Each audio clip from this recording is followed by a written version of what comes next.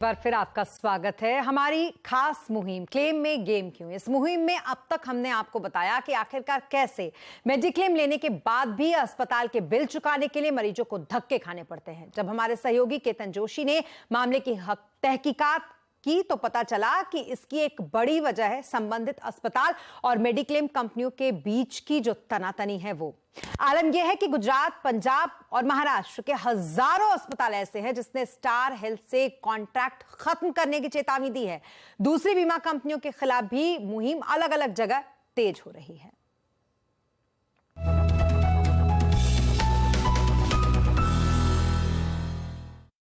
मैंने कई अस्पतालों के केस काउंटर का और मेडिक्लेम काउंटर का जायजा लिया और वहां पता चला कि डिस्चार्ज की अर्जी करने के घंटों बाद भी मेडिक्लेम है वो मंजूर नहीं किया जाता, और अगर मंजूर किया भी जाता है तो अच्छी खासी रकम काट दी जाती है।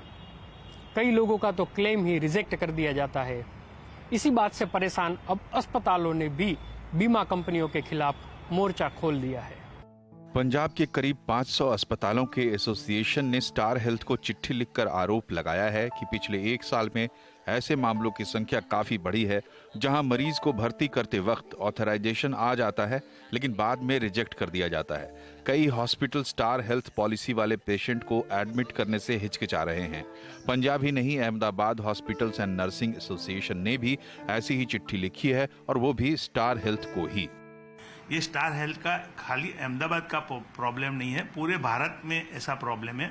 हमारे साथ उसके लिए कई एसोसिएशन ने उसके रिपोर्ट्स शेयर किए हैं कि जहां भी उन लोगों को ये स्टार हेल्थ के लिए प्रॉब्लम आ रहे हैं।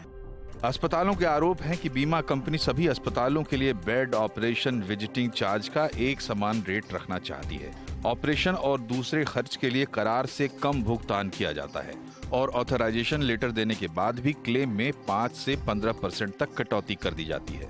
स्टार हेल्थ का कहना है कि वो अस्पतालों के साथ बातचीत कर रहे हैं। देखिए, हमारा प्रयास रहता है कि हम सारे जितने भी अस्पताल के जो एसोसिएशन हैं या जो दूसरी बॉडीज हैं उनसे संपर्क में रहें और उनसे संबंध स्थापित करें, जिससे कि कोई भी इस तरह की अगर बात है, कोई इशू है, तो उसको या तो हमारे तरफ से अगर कोई इशू है या उनकी तरफ से कोई इशू, तो उसको हम समय रहते सुलझा लें, जिससे कि ग्राहक को कोई परेशानी ना हो। हालांकि जब हमने ऐसे मामलों की छानबीन की तो पता चला कि ये समस्या सिर्फ स्टार हेल्थ के साथ ही नहीं बल्कि कई दूसरी मेडिक्लेम कंपनियों के साथ भी है। मेरी जानकारी के बिना, मुझे कोई किसी भी प्रकार का नोटिस दिए बिना या कोई भी प्रकार का इंफॉर्मेशन दिए बिना उनकी वेबसाइट में मेरा नाम एक्सक्लूडेड प्रोवाइडर कैटेगरी के हॉस्पिटल में डाल दिया। जब मुझे बाहर के सोर्सेज से पता चला कि मेरा नाम इस तरह से इस वेबसाइट पे डाला हुआ है, तो मैंने मेल पे उन दोनों कंपनियों का कम्युनिकेशन किया।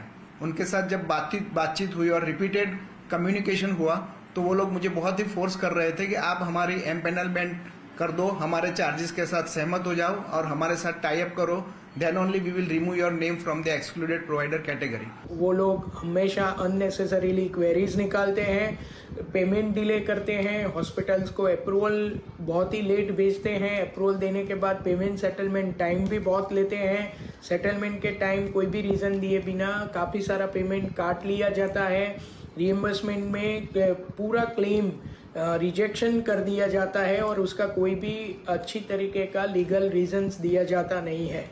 जब मैं कई सारे अस्पताल में गया तो पता चला कि बीमा कंपनियों की कहीं न कहीं अनदेखी है, और जब बीमा कंपनियों की दलील सुनी तो पता चला कि अस्पताल का भी इसमें कसूर है। मेरा मकसद न तो बीमा कंपनियों को विलन दिखाना है, न तो अस्पताल को नीचा दिखाना। मेरा सिर्फ एक ही मकसद है कि लाखों करोड़ों बीमा धारक जो कि अपनी पूंजी बीमा लेने में खर्च करते हैं ताकि भविष्य में उनको कहीं ना कहीं ये बीमा काम आ जाए, इसी उद्देश्य से वो बीमा लेते हैं। लेकिन जब उनकी आस टूट जाती है तब हम CNBC आवाज उनके साथ खड़े रहते हैं, और यही है हमारी मुहिम का असली मकसद।